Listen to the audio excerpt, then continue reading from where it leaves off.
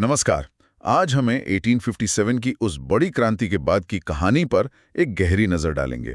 जब कह सकते हैं कि तोपें और तलवारें शांत हो गईं, तब भारत के गांवों में एक अलग ही जंग शुरू हुई थी। किसानों की जंग। हाँ, किसानों की जंग। हमारे पास जो स्रोत हैं वो यही बताते हैं कि कैसे जमींदारों, साहूकारों और अंग्रेज बागान मालिकों के खिलाफ किसानों ने अपने अपने तरीके से लड़ाई लड़ी। तो सवाल ये उठता है कि 1857 के इतने बड़े संग्राम के बाद भी किसानों को अलग से आंदोलन क्यों करने पड़े? मतलब ऐसा क्या हो रहा था उनके साथ कि उन्हें फिर से लड़ना पड़ा? चलिए इसी कहानी की परतों को आज खोलते हैं। तो शुरू करने के लिए ये समझना जरूरी है कि किसानों की हालत इतनी खराब हुई क्यों? आखिर अंग्रेजों की किन नीतियों ने उन्हें इस कगार पर ला खड़ा किया था? देखिए, इसके पीछे आप कह सकते हैं कि 3 बड़े कारण थे। पहला तो अंग्रेजों की आर्थिक नीतियां, जो सिर्फ ब्रिटेन को फायदा पहुंचाने के लिए बनी थी। दूसरा, लगान वसूलने का उनका जो नया सिस्टम था वो बहुत ही बेरहम था। और तीसरा, भारत के जो छोटे मोटे घरेलू उद्योग थे, हस्तशिल्प, वो तबाह हो गए। अच्छा, तो जब कारीगरों के काम छिन गए तो वो सब भी गांव लौट आए होंगे? बिल्कुल, और वो सब भी खेती करने लगे। नतीजा, जमीन के एक छोटे से टुकड़े पर बोझ बहुत ज्यादा बढ़ गया। और ये जो शोषण था ये हर जगह एक जैसा तो नहीं था, है ना? मेरा मतलब है, बंगाल के किसान की समस्या शायद महाराष्ट्र के किसान से कुछ अलग रही होगी। हाँ, बिल्कुल अलग थी। जिन इलाकों में जमींदारी व्यवस्थित थी, वहां तो जमींदार किसानों का खून चूस रहे थे। वो मनमाना लगान वसूलते, गैर कानूनी टैक्स लगाते और बिगाड़ करवाते थे। बिना पैसे दिए काम? हाँ, बिना पैसे दिए काम।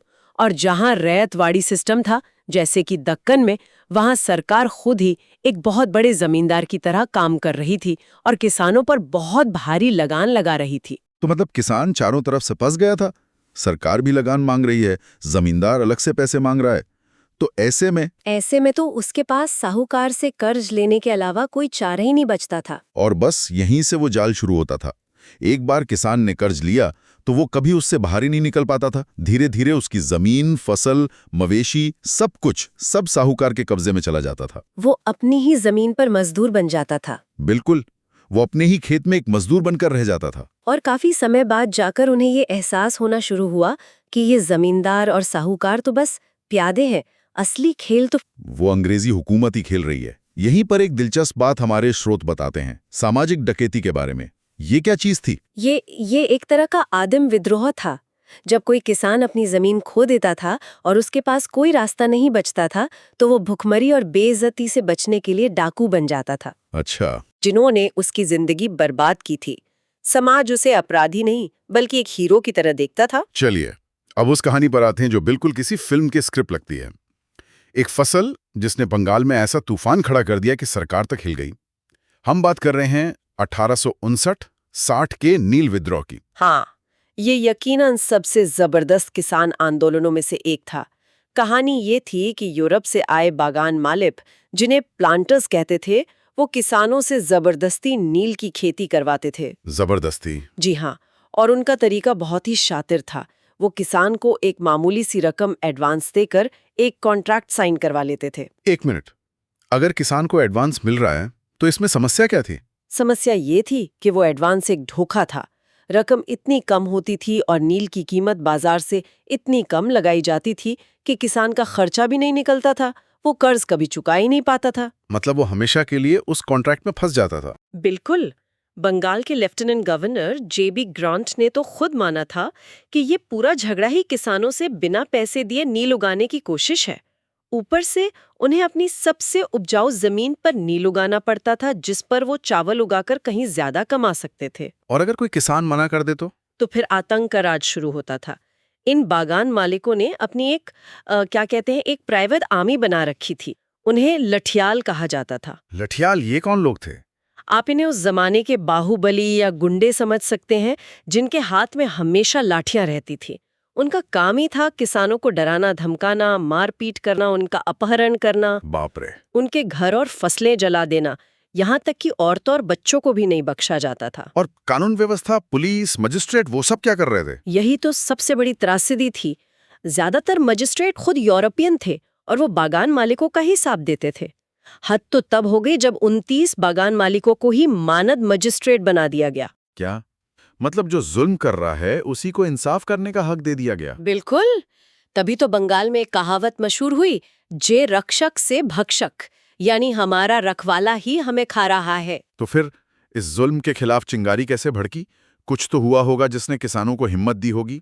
हाँ बिल्कुल, चिंगारी एक सरकारी अधिकारी के एक आदेश से भड़की। कलारुआ के डिप्टी मजिस्ट्रेट थे हेमचंद्रकर। उन्होंने एक नोटिस जारी किया कि किसानों को अपनी जमीन पर जो चाहे उगाने का हक है, कोई उन्हें मजबूर नहीं कर सकता। अच्छा, तो किसानों को लगा कि सरकार उनके साथ है। हाँ, उनके लिए ये एक बहुत बड़ा संकेत था। और फिर विद्रोह शुरू हो गया। कब और कैसे? सितंबर 1859 में नदिया जिले के गोविंदपुर गांव में दिगंबर बिस्वास और विष्णु बिस्वास के नेतृत्व में किसानों ने कसम खाई कि वे अब एक दाना भी नील नहीं उगाएंगे। जब बागान मालिक ने अपने 100 लठियाल भेजे, 100 लठियाल? हाँ, तो पूरा गांव लाठियों और भालों के साथ उनका मुकाबला करने के लिए निकल पड़ा। ये तो कमाल है। मतलब ये सिर्फ कुछ लोगों का गुस्सा नहीं था, ये तो पूरे समुदाय की लड़ाई बन गई थी। बिल्कुल, ये विद्रोह जंगल की आग की तरह फैला। किसानों ने एडवांस लेने से साफ मना कर दिया। उनके पास जो भी था, भाले, गुलेल, धनुष बाण, उसी से वो लड़े। और लड़ाई सिर्फ मर्दों तक सीमित नहीं थी। अच्छा। सोचिए, गांव की औरतें अपनी छतों पर चढ़कर नीचे से गुजर रहे बागान मालिकों के लठियालों पर मटके और ईंटें फेंक रही थीं। ये एक पूरे समुदाय का विद्रोह था। उन्होंने कुछ नई तरकीबें भी तो अपनाई थी, है ना? हाँ बिल्कुल, वो लड़ते लड़ते सीख रहे थे। जब बागान मालिकों ने उन्हें जमीन से बेदखल करने की धमकी दी, तो किसानों ने लगान देना ही बंद कर दिया। Rent strike. Rent strike. उन्होंने चंदा इकट्ठा करके अदालतों में केस लड़ना भी सीख लिया। और एक बहुत बड़ा हथियार था सामाजिक बहिष्कार। बागान मालिकों के यहाँ काम करने वाले धोबी, नाई, नौकर सबने काम छोड़ दिया। तो इसका नतीजा क्या निकला? क्या ये सफल हुआ? कि अंत तक बंगाल से नील की खेती लगभग गायब हो गई। इस सफलता के पीछे क्या राज था? सिर्फ किसानों की हिम्मत या कुछ और भी था? हिम्मत तो थी ही, पर 3 बातें बहुत अहम थीं। पहला, हिंदू और मुसलमान किसान कंधे से कंधा मिलाकर लड़े। दूसरा, आंदोलन का नेतृत्व धनी किसानों और कुछ छोटे जमींदारों ने किया, जिन्हें सिस्टम की थोड़ी समझ थी। और तीसरा, और शायद सबसे महत्वपूर्ण, बंगाल के पढ़े लिखे बुद्धिजीवियों का समर्थन। अच्छा, तो ये सिर्फ एक किसान आंदोलन नहीं रह गया था, शहर के लोग भी इसमें शामिल हो गए थे। हाँ, और यह एक बहुत बड़ा मोड़ था।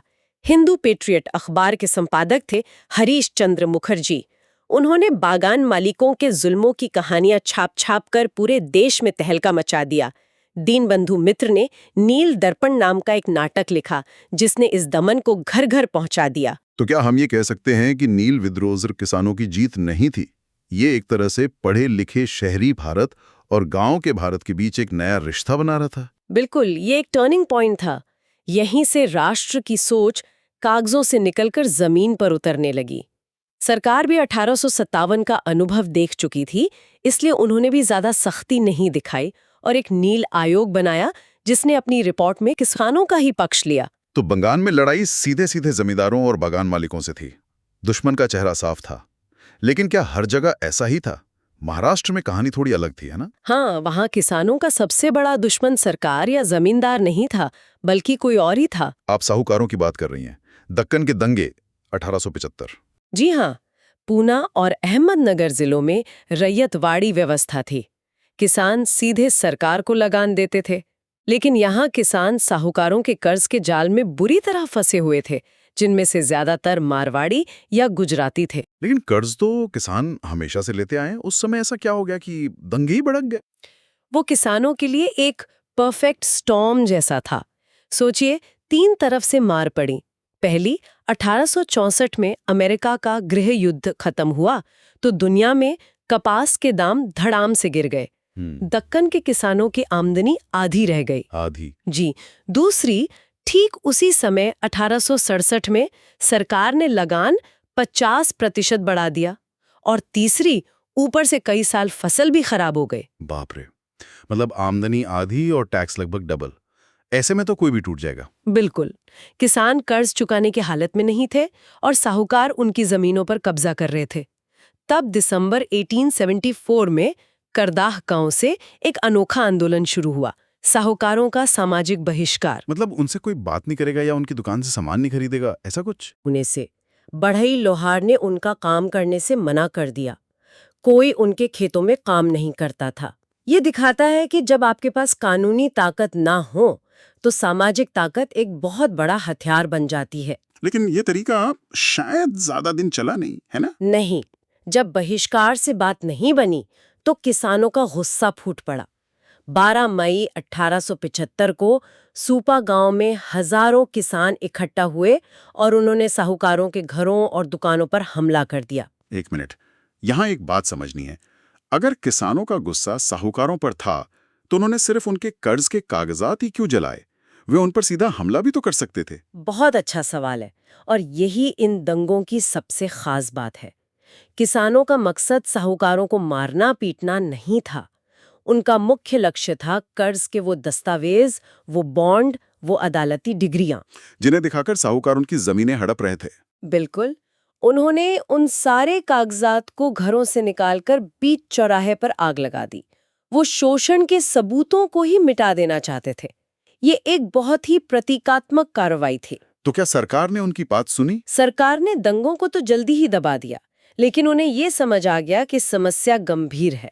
नतीजतन 1879 में दक्कन कृषक राहत अधिनियम पास हुआ, जिसने किसानों को साहूकारों के शोषण से कुछ हद तक सुरक्षा दी। तो हमने बंगाल में जबरदस्ती खेती के खिलाफ विद्रोह देखा, दक्कन में कर्ज के जाल के खिलाफ। पूर्वी बंगाल के पाबना में क्या हुआ? वहां की कहानी क्या थी? पावना की लड़ाई इन दोनों से अलग थी। वो काफी हद तक एक कानूनी लड़ाई थी।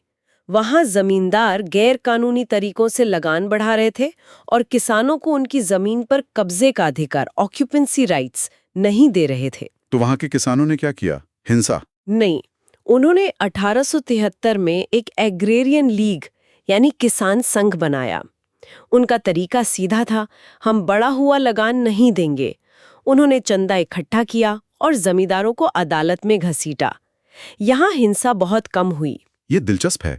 उनका एक नारा था कि वे महारानी और केवल महारानी के रैयत बनना चाहते हैं।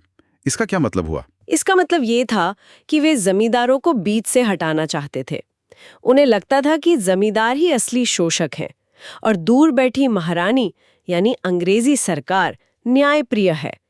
वे अंग्रेजी हुकूमत के खिलाफ नहीं थे, बल्कि उस सिस्टम के अंदर ही न्याय चाहते थे। इन बड़े आंदोलनों के अलावा भी तो देश के दूसरे कोनों में छोटी बड़ी चिंगारियां उठ रही थी, है ना? हाँ बिल्कुल। केरल के मालाबार तट पर मुपला किसानों के विद्रोह हुए। महाराष्ट्र में वासुदेव बलवंत फड़के ने रामोसी किसानों को लेकर एक दल बनाया। पंजाब में कूका विद्रोह हुआ और असम में भी लगान बढ़ाने के खिलाफ किसानों ने दंगे किए थे। तो इन सभी आंदोलनों को अगर एक साथ रख के देखें तो इनकी क्या तस्वीर बनती है? इनका चरित्र कैसा था? देखिए, इन सभी आंदोलनों में कुछ बातें कॉमन थीं। पहली, अब लड़ाई की कमान सीधे किसानों के हाथ में थी, किसी राजा महाराजा के हाथ में नहीं। दूसरी, वे अपने फौरी दुश्मनों से लड़ रहे थे, बागान मालिक, जमींदार या साहूकार। और तीसरी, उनके उद्देश्य बहुत साफ और सीमित थे। वो पूरी व्यवस्था को नहीं बदलना चाहते थे। इसे अगर सरल शब्दों में समझें तो वे लगान देने के खिलाफ नहीं थे, बल्कि लगान में गलत तरीके से की गई बढ़ोतरी के खिलाफ थे। एकदम सही। वे साहूकार से ऋण लेने के खिलाफ नहीं थे, बल्कि उसकी धोखाधड़ी के खिलाफ थे। तो क्या यही उनकी ताकत भी थी कि उनका लक्ष्य छोटा होता था? एक तरह से हाँ, क्योंकि उनका लक्ष्य छोटा और हासिल करने लायक होता था, वे अक्सर सफल भी हो जाते थे। अगर वे पूरी अंग्रेजी हुकूमत को चुनौती देते तो शायद बुरी तरह कुचल दिए जाते। लेकिन क्या यही सीमित होना उनकी कमजोरी भी नहीं था? हाँ, ये उनकी सबसे बड़ी कमजोरी भी थी। वे ये नहीं समझ पाए कि असली जड़ तो अंग्रेजों का पूरा आर्थिक और राजनीतिक सिस्टम है। जमींदार, साहूकार, बागान मालिक, ये सब उसी सिस्टम के हिस्से थे। उनके पास इस सिस्टम का कोई विकल्प नहीं था, कोई नई विचारधारा या एक बेहतर समाज का सपना नहीं था। तो इसका मतलब है कि उनके पास एक अखिल भारतीय सोच या उस तरह के नेतृत्व की कमी थी। बिल्कुल, और इसी वजह से अंग्रेजी हुकूमत के लिए उन्हें काबू करना आसान था। वे एक जगह कुछ रियायतें देकर किसानों को शांत कर देते थे और दूसरी जगह विद्रोह को सीला भेजकर दबा देते थे। लेकिन ये किसानों के चरित्र पर कोई धब्बा नहीं है। उस समय उस जटिल व्यवस्था को समझना बहुत मुश्किल था। इसके लिए एक पढ़े लिखे नेतृत्व की जरूरत थी, जो उस समय खुद ही उभर रहा था। तो आज की इस बातचीत को समेटें तो हम कह सकते हैं कि 1857 के बाद किसानों ने अपने शोषण के खिलाफ जबरदस्त लड़ाइयां लड़ी, चाहे वो नील विद्रोह का महासंग्राम हो, पाबना की कानूनी जंग हो या दक्कन में कर्ज के कागजात जलाने का अनोखा तरीका। ये आंदोलन बहुत असरदार थे, भले ही उनका दायरा छोटा था। और भविष्य से इसका जुड़ाव ये है कि असली और बड़ा बदलाव 20वीं सदी में आया, जब यही किसान संघर्ष गांधी जी और दूसरे नेताओं के नेतृत्व में देश के आज़ादी के आंदोलन का हिस्सा बन गए। इस विलय ने न केवल स्वतंत्रता संग्राम को एक विशाल जन आधार दिया, बल्कि किसानों को भी अपनी लड़ाई को एक बड़े मंच पर लड़ने की ताकत दी। और अब हमारे श्रोताओं के लिए एक सवाल छोड़ जाते हैं। इन सभी आंदोलनों में एक बात बार बार सामने आई, किसानों का यह विश्वास कि सरकार यानी अंग्रेजी हुकूमत न्याय करेगी और स्थानीय जमींदार या साहूकार के खिलाफ उनका साथ देगी। तो सोचने वाली बात यह है, क्या दूर बैठे एक न्यायप्रिय शासक में यह विश्वास उनके लिए एक सोची समझी रणनीति थी, या ये अंग्रेजी राज की असलियत को न समझ पाने की एक भूल थी जिसने आखिर में उनके विद्रोह की ताकत को सीमित कर दिया?